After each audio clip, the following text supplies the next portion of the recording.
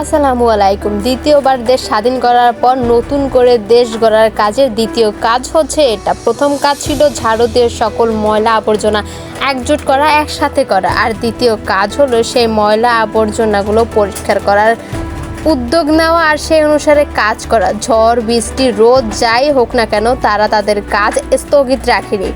যুব সমাজ যেমন তাদের দেশের জন্য প্রাণ দিতে পারে, ঠিক তেমন প্রাণ নিতেও পারে নিজেদের অধিকারের জন্য। যেমন ক্ষুধার্ত সিংহর মতো সবকিছু লণ্ডভণ্ড করে দিতে পারে, ঠিক সেভাবে আবার তারা গড়তেও পারে। এইটাই তার প্রমাণ। তারা যেমন দেশকে নিষ্প্রাণ আর নিস্তেজ বানিয়ে দিতে পারে, ঠিক সেভাবেই প্রাণহীন বানিয়ে দিতে পারে, আবার ঠিক সেভাবেই প্রাণ ফিরিয়ে দিতে পারে। আরে সব সময় কি শুনলেই হয়? কখনো কখনো বাহিরের চোখ দিয়ে না, মনের চোখ দিয়েও অনুভব করতে হয়। এমন কাজ দেখলে তো মুগ্ধ হয়, গর্ব অনুভব হয়। আর দেরি না করে আমরা দেখতে থাকি, অনুভব করতে থাকি আর মুগ্ধ হতে থাকি।